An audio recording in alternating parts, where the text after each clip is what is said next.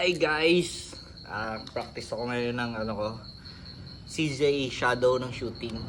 Practice ako. For for the viewers, this is an airsoft, not a real gun. Okay. Let's get ready and let's fire.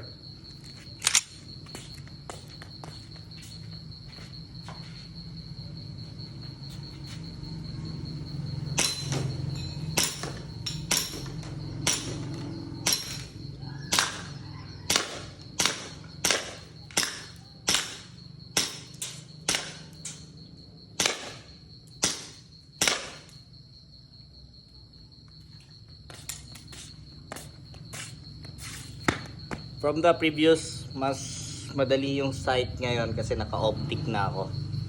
Yeah. Dali lang tamaan. Sunod. Pero every time na ginagamit ko, ina-adjust ko yung optic eh. Parang nagre-reset siya pag ino-off. So, yun lang.